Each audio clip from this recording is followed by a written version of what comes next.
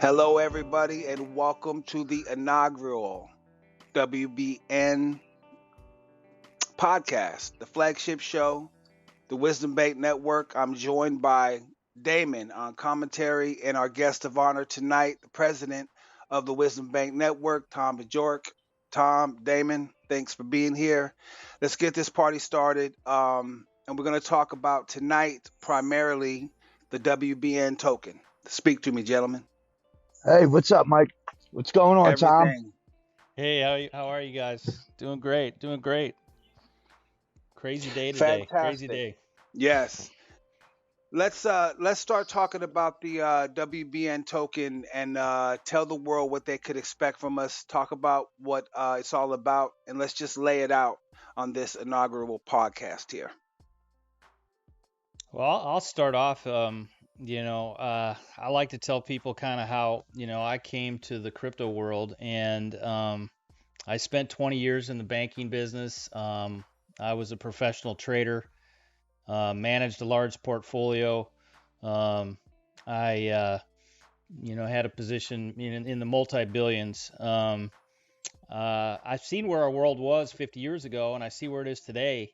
And basically, I had an idea in my head that, through crypto, we could create our own community and we could create our own network. And crypto was the way for that to happen. And, I look around the world, and the world's crazy right now. Government has 34, trillion in national debt. They're spending money like drunken sailors. The Federal Reserve's policies seems to be just, print more money, just print. And that's kind of what, they know how to do. And what the problem is that's helping people that own real estate. That's helping people, that have huge stock portfolios. That's helping people, like the upper 1% of the population. It's helping them. But, the rest of the people are paying for it through, inflation, the higher cost of gas and goods and food and housing. And, to make it real simple, the people are getting screwed. So basically, what we did is we got our, a group of 12 of us together, and, we're in a locked up room essentially for 90 days. And we basically came up with the Wisdom Bank Network. And, what the Wisdom Bank Network is basically is a community that we've built, to protect ourselves. I mean, and that's kind of, I tell this story all the time, but I truly believe it in that, I've always thought differently, Mike. I've always been the person that thinks, differently than other people. And, I'd rather put my money somewhere where I control the destiny or we control our destiny, as opposed to, with a money manager or with a advisor or, in certain asset classes, whatever it might be, commodities, real estate, whatever the heck it is. But basically, I think our token that we just launched just in the last week, in my opinion, is better than Bitcoin. And people think I'm crazy when I say that, but I it's not something that I've just, shot from the hip about. It's something I've thought through. I think it's better long term. I think it's better short term.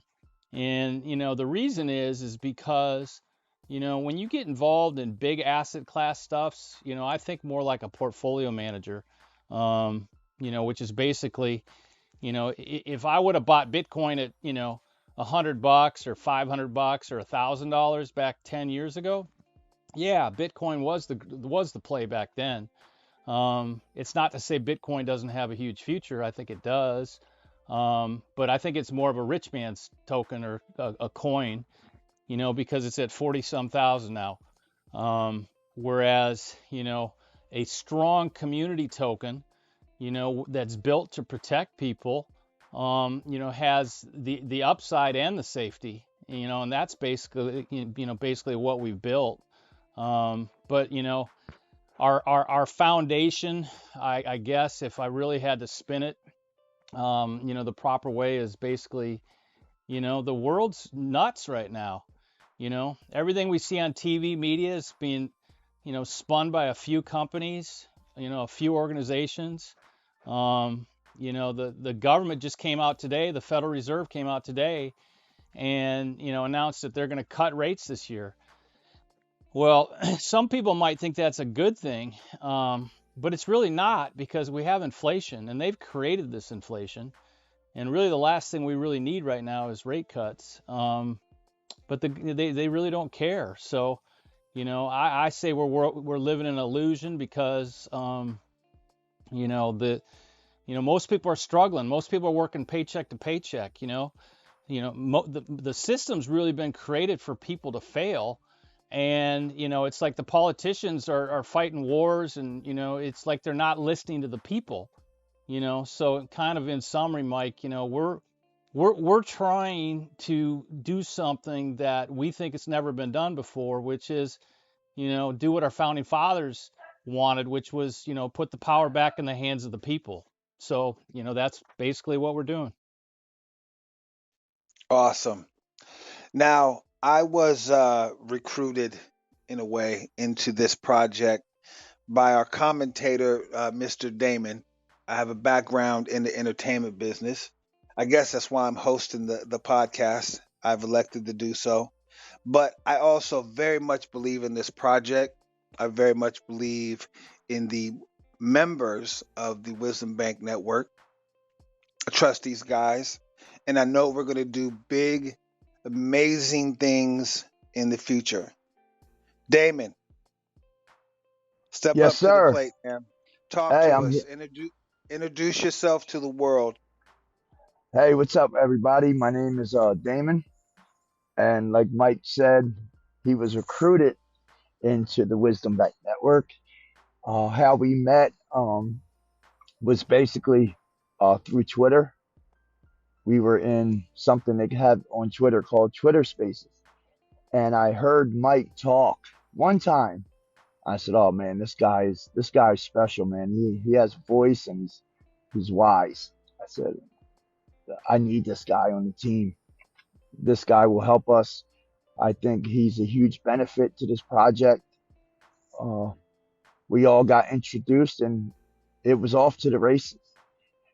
Tom said something uh, that got me a little excited, man. I get excited every time I hear Tom speak. His enthusiasm and his passion. He said this is the token for the little guy. And when you think about it, what way do people have out of the lifestyle that they're born in, other than going to college, getting all this debt, and then getting out of college and having what more debt, then to make 50 to 100 grand a year, you're not getting out of that tax bracket that keeps you down. And when I was introduced to cryptocurrency, I was just blown away by the chance you have to make it out. And when I say make it out, I mean change your lifestyle, change your bloodline's direction, your trajectory. That is generational wealth. You know, you hear a lot being spoken about generational wealth, uh, but I don't believe many people acquire generational wealth. Generational wealth is where your kids and your grandkids can't mess it up. It's going to take a few generations down the line to mess that up. Generational wealth is something people only dream of. And this project here is special because I believe it is a way out for a lot of people. Like Tom was saying again, with people living paycheck to paycheck. Practically everybody I know lives paycheck to paycheck, and they're in a two-income household where both partners work, and they're still paycheck to paycheck. And with this project actually gives people a chance. They actually get introduced to a team that is available 24/7, a team that has given their all to this project. Um, in cryptocurrency and Twitter, they have something called doxed, and that means it's really you on your profile. It's your real picture, your real family. I didn't know I showed up to Twitter to a costume party.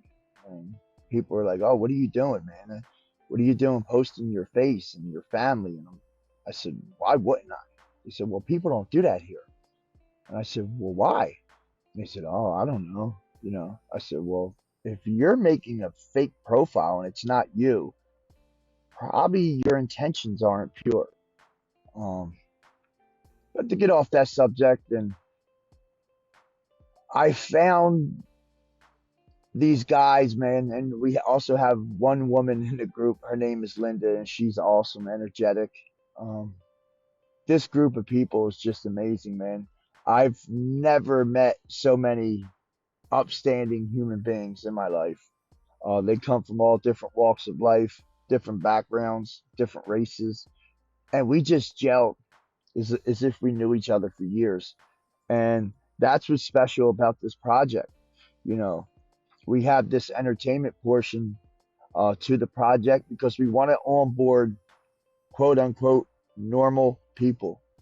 And when I say normal people, I was blown away when I found out that like 98% of the population have no idea what cryptocurrency is. And that's scary because our government and these big corporations, they know what crypto is. Uh, and they want to acquire as much of it as possible before the media starts advertising and they start trying to onboard regular people. So with this project, I believe we can reach as many people as possible and put them onto cryptocurrency and put them onto a project that has integrity, honor, loyalty, and trust. It's the perfect project to bring people into, so they can see, hey, listen, this stuff isn't a scam. This isn't fake monopoly money. This is real, and this can change your life. So, you know, I can go on and on, Mike, Tom. I could sit here all day and talk about this project and how important it is to me and everyone else here, and how important I think it is to the average person. We're sitting at a 250,000 market cap, which seems like a lot to people, but it's really not a lot. Um, it's a really low market cap for people to get in and be able to make a substantial amount of money. But this isn't a coin where you sell all your coins. If you need to sell some coins because you're having hard times or a bill's overdue, sell what you need. But this isn't something you 10x your money and just sell it all. This is something that you let sit like a savings account. Um, and Tom, I think that's one thing we left out there about the banking system and the what are those places called, the Navy Trust Union, and all those what are Credit they called? unions. Credit Credit unions. unions. Yeah. Yes, thank you, Tom. Credit unions. You put money into these accounts, and what do they give you? 4 or 5% a year. Um, that's nothing compared to what you can make into crypto. Like some of these guys know, I 100x, 200x some projects in crypto already, and it has changed my life. Um, but yeah, um, Yeah, I think it's interesting, Damon. We literally could have a 9-hour podcast and talking about all the challenges in the world. But I mean, you brought up banking, so let's just talk banking for a couple minutes. I mean, you Yes. know, way back when, I'm talking 500 years ago, banks actually you took in money from people. They put deposits in the bank, and the bank held the money. I mean, it was really that simple. They charged a fee for holding your money, so your money was always there, and the bank charged a fee. And then now we've gotten to a point where banks really aren't banks anymore. Banks are very complex organizations, and they're basically organizations that um, have all kinds of derivatives. They have hundreds of derivatives that they basically make money with. I mean, it's very complicated, but basically in simple terms, if you deposit money in a bank, you might get a 0.5%, you might get 1%, you might get 2%, whatever it might be.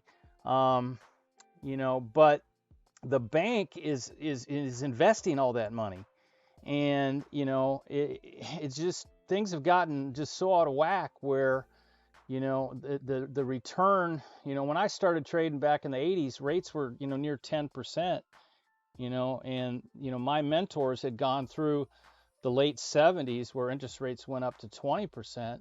Well, even back then, you could get 10, 12, 14%, interest on your money.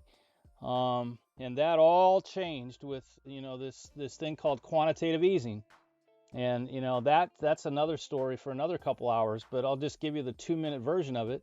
It's a concept that the Federal Reserve, to keep rates low, they basically go out in the market, they take money out of thin air, they just create it out of thin air, and they buy mortgage debt to basically suppress interest rates, so the interest rate market is lower. But basically all they're doing is creating money out of thin air to keep rates lower. And, so basically we don't have a free market. We've lost our free markets. So we've got central banks around the world printing money through their treasuries and buying everything from bonds, stocks. The Swiss National Bank, I think, at least, last time I looked, held like $150 billion worth of Apple Computer and Microsoft and Nvidia and, all the biggest companies in the world. Well, wouldn't you guys love to have a printing press at home where you could just print money and go out and buy stocks and go out and buy, assets? I mean, that's basically what they're doing. So anyways, yeah, Damon, the world is a little crazy right now, but, I like to tell people, Damon has a famous line, about people that fear the truth. I mean, we're truth tellers. I mean, somebody's got to stand up in this world and tell the truth.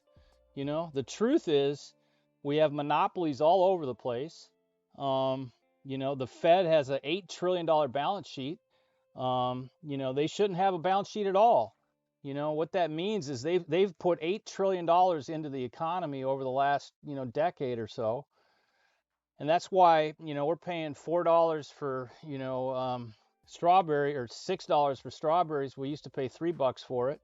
And why, all of the price of housing, inflation, rent, everything's gone up. They've put too much money into the system is essentially what's going on. But yeah, Damon, I'm glad you brought up the banking, because that's obviously, part of what we're doing. Because people shouldn't have money in a bank for 20 years earning, 0.5% a year, because it's not fair for the people.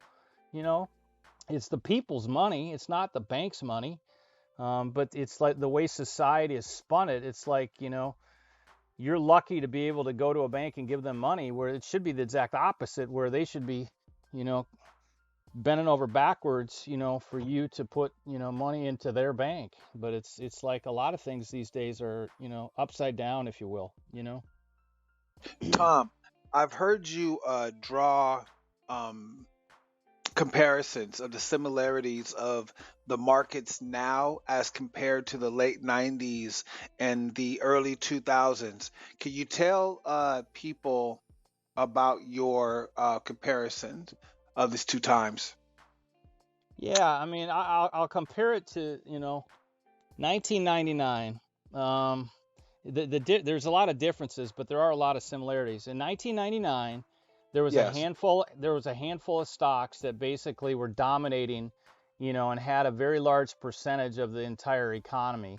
And back then it was Qualcomm, it was Cisco, it was Microsoft, it was Intel, a few other companies.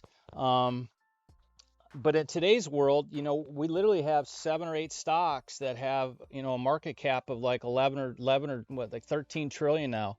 And the similarities are very, very kind of eerie, because I mean, I remember I was on a trading floor running around and people were making money like crazy. And then poof, it all went away.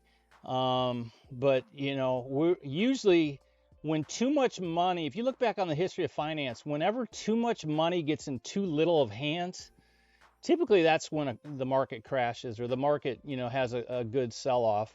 But yeah, like Amazon stock back in the early 2000s, hit maybe 120 bucks a share, and went all the way down to $6 in a period of like a year and a half or 2 years. So I think there's a lot of similarities. The difference, and this is where cryptocurrency comes into play. There wasn't crypto back then. So now you've got cryptocurrency. So you've got basically, crypto makes the government accountable. And I tell this to people all the time, but if you look back in March of this year, March of 2023, we had a handful of banks that failed. And when they announced that there was a run on a few banks, the very first thing that happened was Bitcoin traded up like 20%. So, the Fed made an announcement today. It's December 2023. The Fed just announced they're going to be cutting rates this year, and Bitcoin went up $2,000. So crypto makes the government accountable. So if the government's going to just keep printing money, to me, that's a gold rush for crypto, because, crypto is going to keep it in check, because most crypto is good crypto, has limited supply. And so the similarities, Mike, between today and 1999, 2000 are very similar. The difference is they didn't really have quantitative easing back then. So right now they're just, throwing more money at it, so they could keep the party going for as long as they want. But if they keep doing that, obviously, crypto is going to be going a lot higher if that's the case. So that's most of the similarities. Definitely. Now, I just want to say that this is a financial podcast. Now, even though this is a finance based podcast, we will be talking about other topics. We will be discussing other things that have to do with a lot of stuff. Now, Damon um, lives in the city of what was once brotherly love. He lives in Philadelphia. Okay. And he has a unique perspective out of the three of us of urban decay and what's going on uh, in the world in these big cities. Because I don't think neither me or Tom live in a huge major city like Damon does. I want to talk a little bit about the urban decay and the things that people need. People need an escape. They need like relief for what's going on right now. And at Wisdom Bank Network, we're trying to do our part, and we're creating a financial vehicle for the future. That's one of our pitches, right? And our website, by the way, is wisdombanknetwork.com. I urge everybody to go check that out. Damon, are you there? I'm here, sir. I'm here. I want to hear you talk about Philadelphia for people that are listening that may live in middle America and they may live in a small town. They may not live in America at all. We're going worldwide with this thing. For those who don't know, Philadelphia is the former capital of the United States of America before Washington D.C. It's a very historic place. You can see all the old world buildings. It's something else. Tell us about Philly and how it has changed just during your lifetime, and how you view life in the big city these days for the people that are there. And obviously, it's almost the majority of people. Yeah, man. This city uh is a melting pot of all different races and ethnicities. Growing up here, I grew up in a biracial neighborhood, and we were a community. Um, a community, and by a community, I mean at night, when the lights went on, the neighbors came out to make sure all the kids were off the street and in where they had to be. Uh, it was a different time. Obviously, I grew up during the 80s and 90s. Not saying that it was the safest place in America, but it's not like it is now. Neighborhood I come from is called Northern Liberties. And at that time, it was a majority black and Polish neighborhood. And it was a thriving neighborhood at one point because there was a lot of factories and warehouses, and there was a lot of jobs. But then in the early mid 90s, they started closing all the factories and warehouses. We had, I believe, Sony Records had a huge building down there, a warehouse. We had a meat, I guess, slaughterhouse, maybe, pickle factory, uh, beer distributors. They actually made a couple beers in the neighborhood, Schmitz, and I forget the other name. Um, but it was a thriving neighborhood, and it went through regentrification, and I seen it firsthand, and it just hit the neighborhood hard. They raised the taxes, so all the people that had fixed income, which were mainly elderly people, couldn't afford the taxes anymore, so they were forced to sell. And then they started building apartment buildings and high rises. And now it's one of the most popular neighborhoods in the city. Uh, what's happened in the city in the last, I'd say, 5 to 10 years is the open drug market trade has just skyrocketed. Um, in the Kensington section of the neighborhood, it's just drug addicts up and down from Frankfurt Tarsdale all the way down to 69th Street. Uh, every stop is just flooded with homeless and drug addicts, and they had their houses, well, not houses, their little shacks set up right in front of stores at night when they close. They have fire pits going. It's it's out of control at this point. There's so many murders and robberies and carjackings, and they've just lost control. And all this started to escalate during the pandemic when it was defund the police. That kind of really hit the city hard because what happened was people stopped respecting law enforcement. Uh, they're going in stores, they're just grabbing items and running out. And this is high end stores to dollar stores. Um, this whole city is it's bad, man. A lot of things that happen here don't even get broadcasted nationally.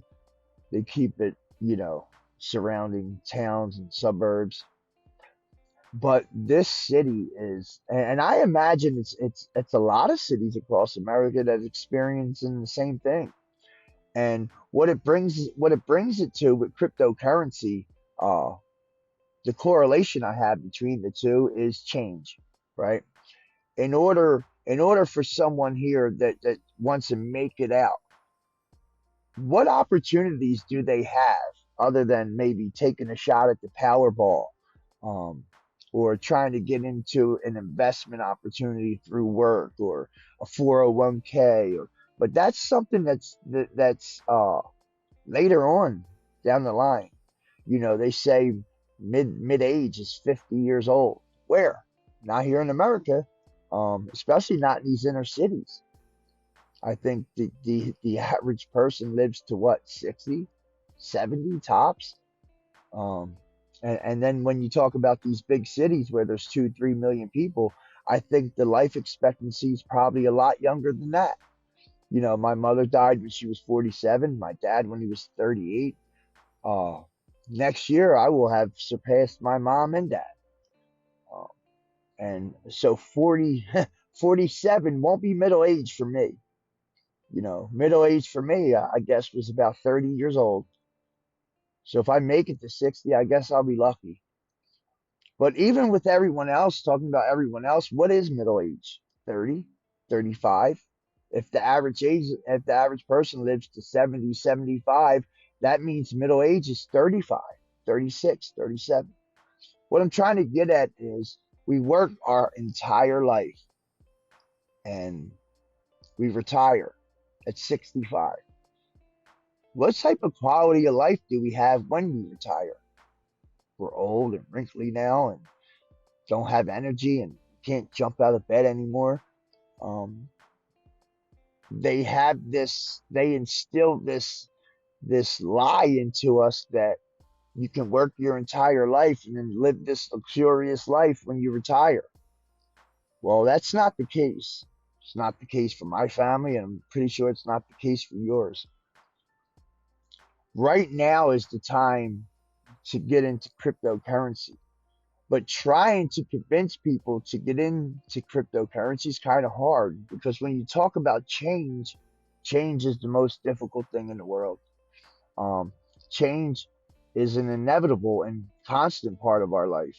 It's a multifaceted process that can bring about both challenges and opportunity.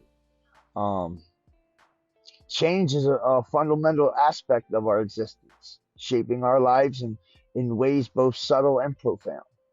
But living in these little cities, I mean, these big cities with little chances of getting out, change is hard. Even though it's the force that propels us forward, driving our personal growth, societal progress, and the evolution of the world around us. But how do you convince people to get into cryptocurrency?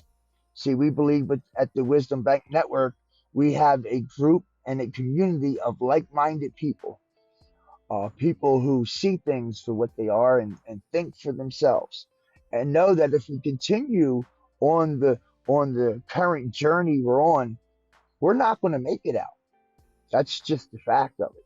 We're not going to make it out.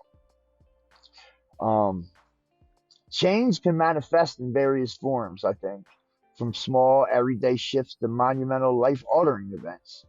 It can be planned or unexpected. But I think change, the most important aspect of change is realizing that we need it. You know, two people working and still not surviving is unacceptable. Let me take a sip of water. Indeed. And the other thing that's unacceptable is that the city you live in, Philadelphia, has a higher cost of living than the chance of living. That's unacceptable. You know, Yes. I've been I've been touring this country of ours for 30 years, and I could attest to the fact that there are cities that I used to visit decades ago that were nice places to visit. I looked forward to going there. And during the last 10 years, these same places I looked forward to going, I don't look forward going there very much anymore. It's just gotten considerably worse just about everywhere. And it's disheartening because it gets to the point now where I'm not going to say I don't want to tour or that I'm not interested in touring. I am. But I pick and choose a lot more than I once did. I used to just be down for whatever, let's go. Now I ask a lot more questions, like where exactly are we going? Okay, where's that again? you know, because it's crazy out there, man. It's crazy out there. Yeah. Okay, Glad, look, I'm glad you go guys Here. ahead. bring. I'm glad you guys are bringing this up because it made me think of like I've been saying for 30 years. I wish I would have been, living in the 50s and 60s, except the racial, issues that we had back then. I always say that, and the reason I say that is because back then, employers took care of employees. Employees were loyal to employers. The employees made a decent wage. Only one person in the family needed to work, and there was plenty of money for them to survive. The kids were at home because a parent was home. So most of the kids, were growing up in strong, family values, etc. Back then there was a hardware store in every corner. There was a lot of small businesses. Small businesses were the cornerstone to our country. And today, we got monopolies everywhere, small businesses going out of business like crazy. But like you were saying, Damon, the housing is just out of control. So, I might screw these numbers up, but basically, I think it was in 1970, the average house in America cost the same amount as the average income. So the average income back then was, say, $12,000, and the average house cost 12,000. Well, now here we are in 2023, and I think the average house in America now is almost a $500,000, 450,000. Whereas the average income hasn't gone up. But then you look at all the big companies, and back then the CEOs didn't, they made a good wage, but they didn't make 1,000 times what the low end employee made.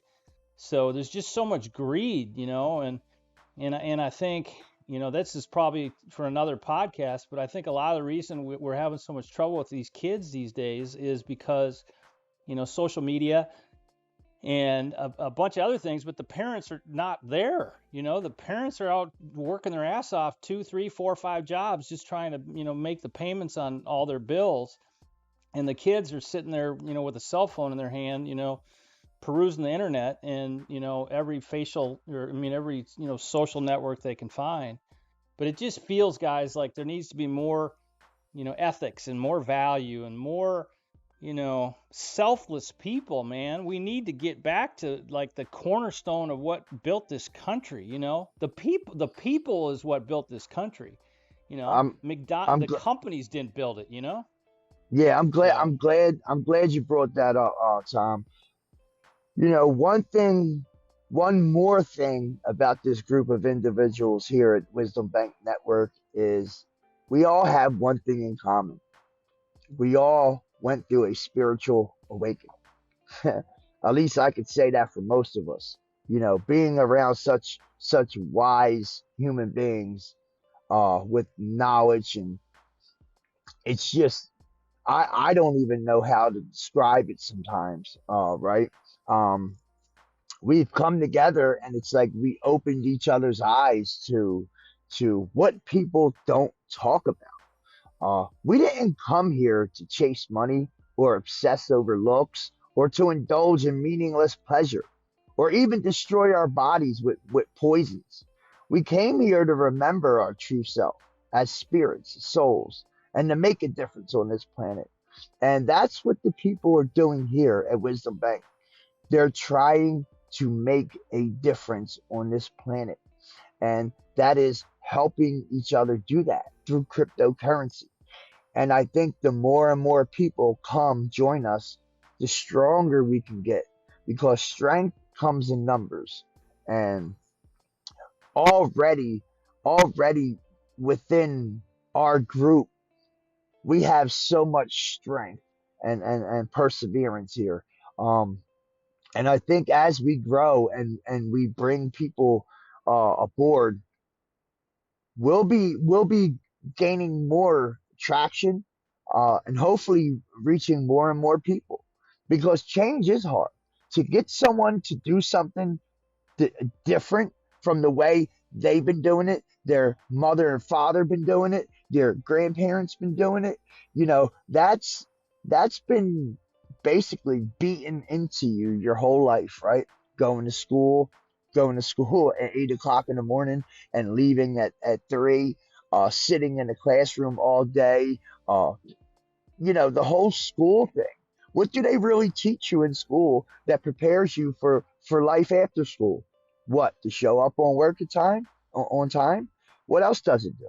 They don't teach us about the stock market. They don't teach us about real estate development. They don't teach us about entrepreneurship.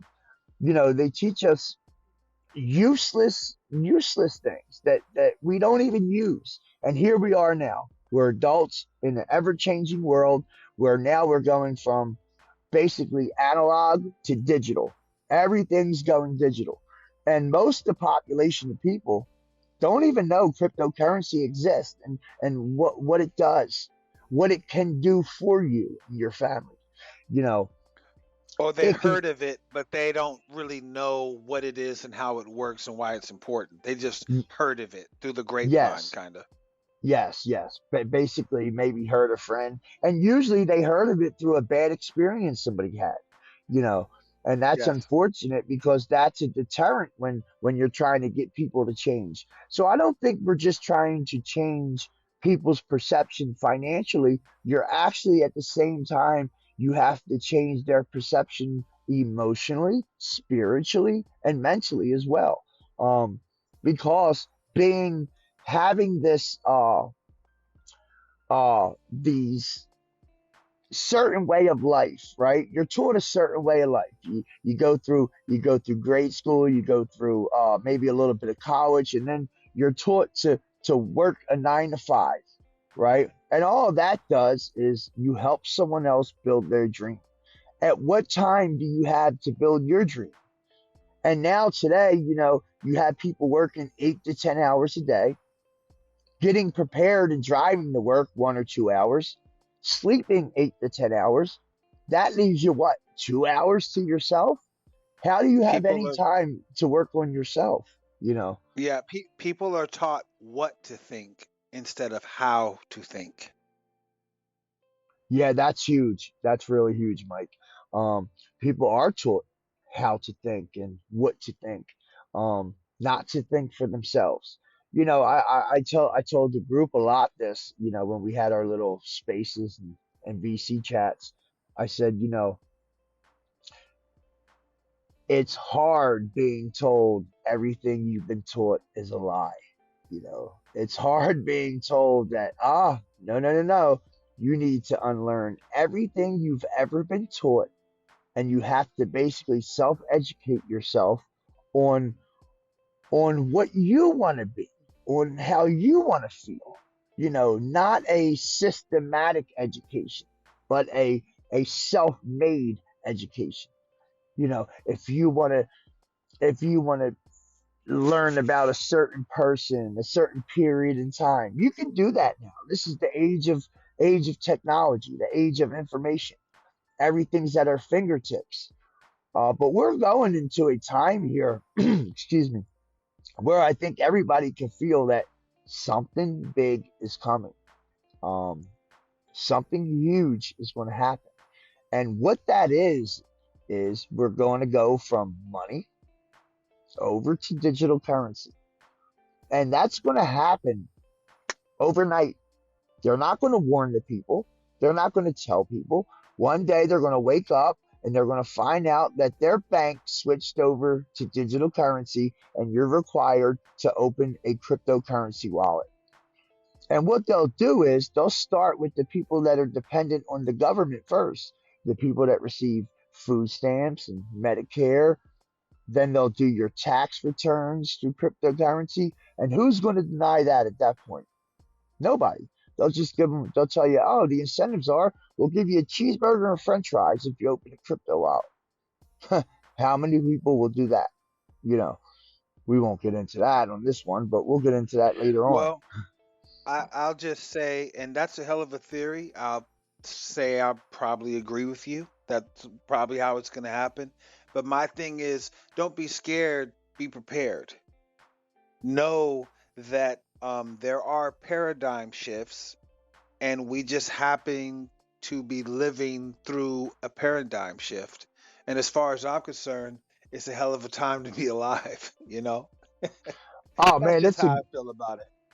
yeah, it's a great time to be alive. And like I tell you guys, people with good, pure souls don't magically appear in your life. You have to earn those people. And once you begin your journey towards a higher vibrational lifestyle and let go of all the other things, um, the the spiritually weighing you down type, you'll naturally start aligning with like-minded people, and that's what we got. That's what we have here. You guys are like my family, man. We've known each other a few months now, but I don't really have any friends. I don't really talk to too much family. Nobody really sees the world or my perspective of things in far as though my friends or family. Like they all think I'm batshit crazy. They think I lost my mind. What? Because I don't trust our government. Because I don't believe a word they say. I don't believe anybody has our best interest.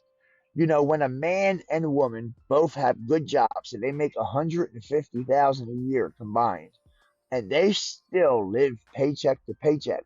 It's not because they're on drugs or they have bad spending habits or gambling habits. It's because the cost of living has gone up over the last 40, 50 years, but the pay remains the same. You know, you have rent now, and rent that's what, $2,000 for a one bedroom apartment. So a family that has two, three kids, they need a three, four bedroom. They're paying $3,000 a month. And what about a car? What about Medicare? What about food? You know, I was just telling the guys I spend $1,000 a week on food. $1,000 a week. It's $4,000 a month I spend on food, guys. That's a lot of money.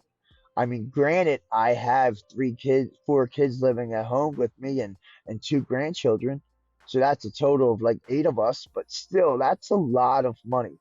Uh, about I want to say about 8 years ago, I had all six of my kids living at home, and and it was me and my wife, and we still weren't spending that type of money. We were spending maybe like 300 a week, something like that. Um, but it's insane, man, and it can't go on this way. There's no way for the people to survive. Uh, but cryptocurrency is the way to go, and I think Mike, doing this podcast, we will be able to give people some insight into the crypto world of how they can gain an advantage. There's days you can make $1,000 a day. There's days you can make 100,000 a day. Uh, but there are days you can lose $1,000 a day. You just have to be smart with it. Being around like-minded people who are equipped in this industry. Um, like I love Tom. Tom knows exactly what he's talking about when we have questions about charts or questions about market cap to liquidity. You know, you have someone like Tom that can give you the answers. We have some people in here that they call them degens, and they're basically degenerate cryptocurrency gamblers, just like people who bet sportsbook, player props, and NBA and NFL. The crypto, if people knew the amount they spent on betting on a sports team to win, if they would just put that 50, 100 bucks into a solid crypto project, they can turn that into 5,000, 10,000, 15,000. But where's the media? Where's the advertising? Where's the marketing? They don't want people getting in right now because the government and these big corporations, they want to scoop up all the cryptocurrency and then tell the public about it. Oh, come on over to crypto. Yeah, when they own all of it, you know. So yeah, I Well, mean, I can go on and on, guys. for the time being, for the time being, we are the advertisement. We are the media. We are spreading the word. That's what we're doing here. So, Tom, do you have any closing words here? If Yeah, you'd like something to, the floor is Damon just yours. sparked something. Yeah, Damon sparked something, and that's what's so great about this group is, every time someone talks, we're good listeners, and it typically sparks, more conversation. But something he just said just really hit me, which was basically, you know, why is it that so many people in the world, basically, how do I say this? The intuition, typically, if your intuition says things aren't right, it's probably not right. And, I've known my whole life that the world is a little upside down. But I found out, firsthand during, March of 2020, we had a small furniture company, a dinky little small business. And everyone was freaking out, and and the government closed us down. They said you can't sell furniture. So we're like, okay, how are we gonna, we got all these bills that we still have to pay, but where they're shutting us down. Well, I went to Walmart and I, went to get some groceries or whatever the heck it was, and I noticed like all the people touching all the fruits and all the everything, fruits, vegetables, hamburgers, whatever, and I'm like, wait a minute, like this doesn't make any sense, like you know, and then I'm looking around and I'm like, wait a minute, you could buy furniture here. So it was like, why did the government say, hey, Walmart, you can sell a sectional or a recliner or whatever, you know, go for it. But you know, Chuck, the independent, you know, furniture store needed to shut down. I mean, that was really the final nail in the coffin to me, which was essentially, you know, the world is not fair. You know, the you know, think about the politicians with, you know, why isn't Chuck the electrician, you know, running for senator? You know, why is every senator worth, you know, $50 million or $20 million or whatever the heck it was? I mean, truly, I guess, Mike, in summary, man, our founding fathers have got to be just rolling in their graves, man. I mean, we have gotten so far off the rails as a country and a world, and you know, it's time to bring some truth back to the world. It's time to bring the power back to the people. It's time for us to get back to, you know, sound fundamental free markets, you know, anti-monopolies, you know, proponents of small businesses, small dry cleaners, small flower shops, whatever it might be. It's time for the people to rise up, and, you know, we'll do this peacefully. We'll do this together. And that's what Wisdom Bank Network's all about, man. And but thank you, Mike, for having me tonight, and we're very excited about the future, you know, with this token. Yes, indeed. Yes, indeed. Okay, now I just want to say for everybody listening within the sound of my voice tonight, protect your spirit. Be careful of the energy you allow into your life. I hope you all live as long as you want and never want as long as you live. For Damon and Tom, this is Michael Anthony. Check us out at wisdombanknetwork.com. Till next time.